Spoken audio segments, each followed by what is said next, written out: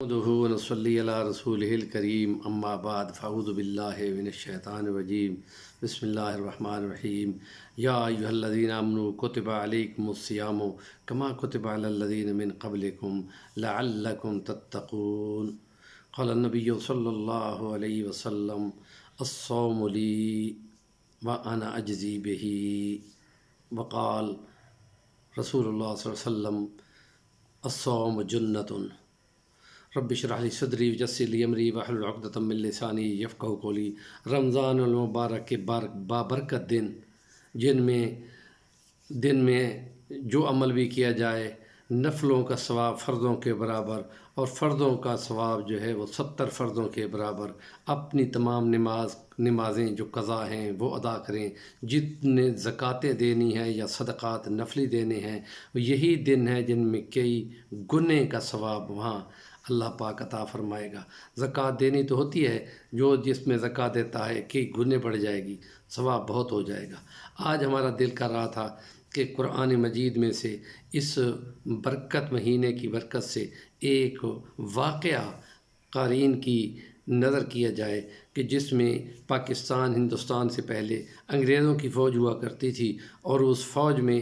ایک مسلمان سپاہی کو کوئی سزا ہو گئی، اور اس میں سزا میں ریت کے بھرا ہوا ایک گٹو ریت کا بھارا وہ گردن پر رکھ کر لمبے چکر کاٹنے پڑتے ہیں، اور وہ بندہ روزے کے ساتھ تھا، اور روزے کے ساتھ جب اس کو چکر دیے گئے تو وہ نڈھال ہو گیا، اور اس کیپٹن صاحب کو بتایا گیا کہ آپ نے اس کو سزا دی ہے تو یہ تو فاسٹنگ کے دن ہے، روزے کے دن ہے مسلمانوں کے، تو اس کو تو آپ نے بحال کر دیا ہے۔ اس کو ترس آیا اور اس نے جلدی شربت وغیرہ بنوا کر اپنے اس کمرے میں اس کو بٹھایا، کو کہا کہ جا یہ رکھ دو، اور یہ اس کو پیاس جو لگے گی نڈھال پڑا ہے تو پانی اور شربت پی لے گا۔ تو بہت سارے گھنٹوں کے بعد جب ان کو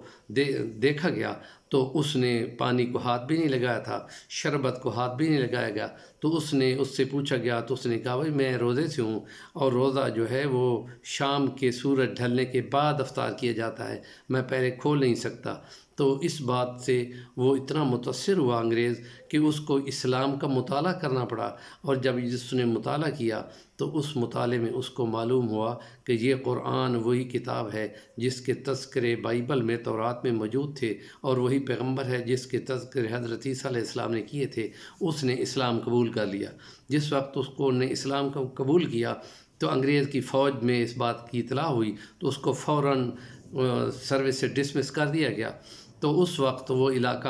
ایسا تھا کہ جس کو ہم ریاست بہاولپور کہتے ہیں، تو نواب بہاولپور صادق صاحب تھے، جو اس وقت ان کو معلوم ہوا تو انہوں نے فوراً اس کیپٹن کو لیا اور اس کو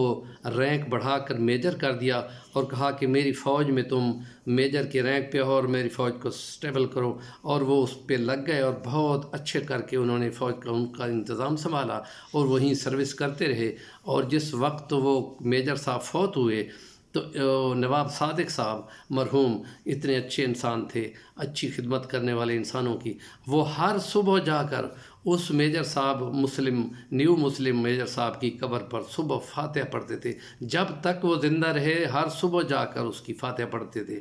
تو یہ محبت ہوتی ہے، ایمان کی محبت ہوتی ہے کہ اس شخص کو صرف ایک چیز علامت ملی کہ مسلمان جو کوئی بھی نہ دیکھنے والا ہو تو روزے کی وجہ سے، کہ جو حدیث میں ہے کہ الصوم لی وانا اجزی بہ، روزہ تو میرے لیے ہے اور میں ہی اس کی جزا دوں گا، تو وہ بندہ دیکھتا ہے کہ میرا خدا تو دیکھتا ہے اور میں روزہ نہیں کھول سکتا، اور وہ کھا پی نہیں سکتا، کوئی بھی دیکھنے والا نہیں ہے، کوئی بھی سمجھ نہیں سکتا کہ اس نے روزہ توڑا ہے یا روزہ رکھا ہوا ہے کہ نہیں، تو اس لیے وہ اس کا یقین خدا پہ کامل ہوتا ہے، وہ تقوی کی راہ اختیار کرتا ہے۔ تو اس کے نتیجے میں دیکھیں ایک علامت کی بنیاد پر ایک غیر مسلم مسلمان ہو گیا۔ سیم اسی طرح BBC کی نمائندہ جو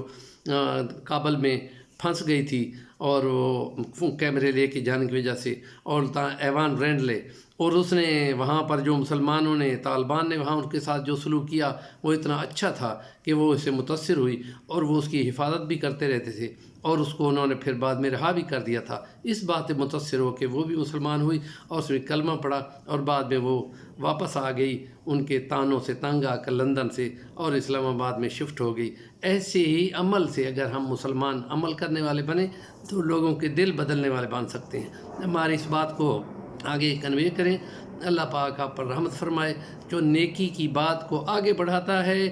گویا کہ وہ نیکی کر رہا ہوتا ہے، اس کا پورا حصہ ہوتا ہے۔ وآخر دعوانا الحمدللہ رب العالمین۔